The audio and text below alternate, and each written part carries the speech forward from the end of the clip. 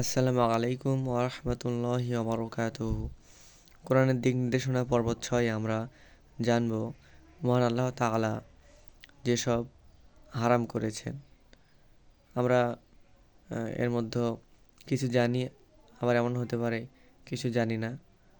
অর্থাৎ আমরা এই আয়াত থেকে শিক্ষা গ্রহণ করার চেষ্টা করব।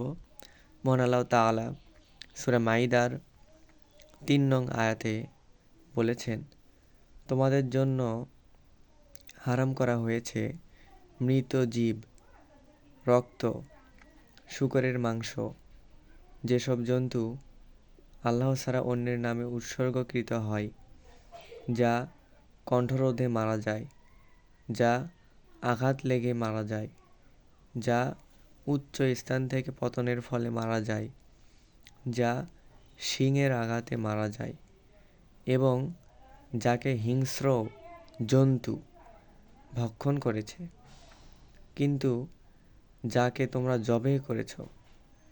আবার যে জন্তু যজ্ঞ বেদিতে জবেহ করা হয় এবং যা ভাগ্য নির্ধারক স্বর দ্বারা বন্টন করা হয়, এসব গুনাহের কাজ।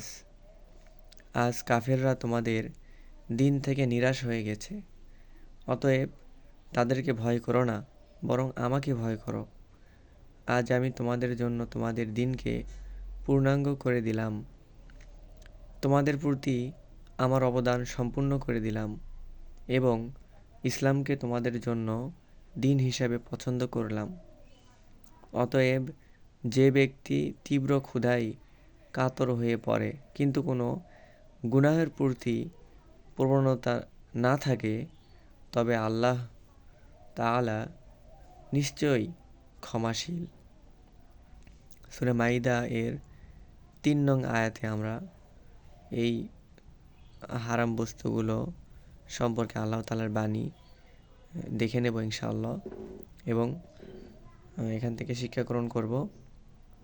আল্লাহ তাআলা আমাদের জন্য তার নির্দেশনাগুলো মানাকে সহজ করে দিন এবং আল্লাহ তাআলা আমাদের সঠিক পথ দান করুন। আলহামদুলিল্লাহি রাব্বিল আলামিন।